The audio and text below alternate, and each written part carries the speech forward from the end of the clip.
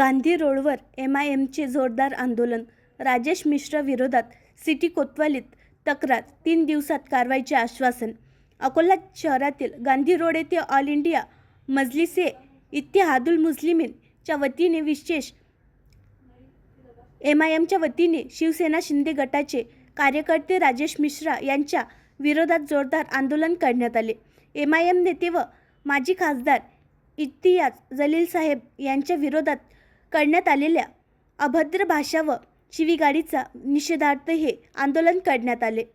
MIM कार्यकर्त्यांनी गांधी रोडवर आंदोलन करून सिटी कोतवाली पोलीस स्टेशनमध्ये लेखी तक्रार दाखल केली. यावेळी सिटी कोतवालीचे पोलीस निरीक्षक यांनी प्रकरणाची चौकशी करून 3 दिवसात योग्य ती कारवाई करण्याचे आश्वासन दिले आहे.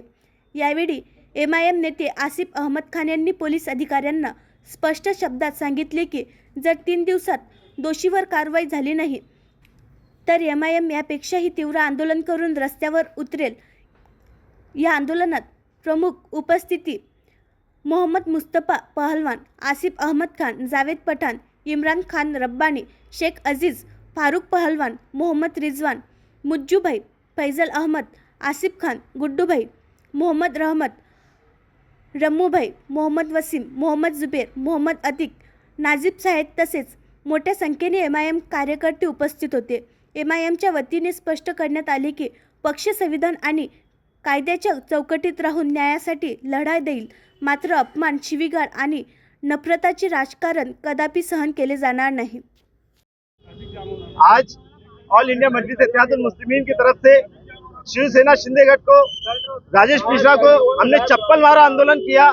ये सवाल का जवाब है जो उन्होंने इम्तियाज जलील साहब के ऊपर अभद्र टिप्पणी की।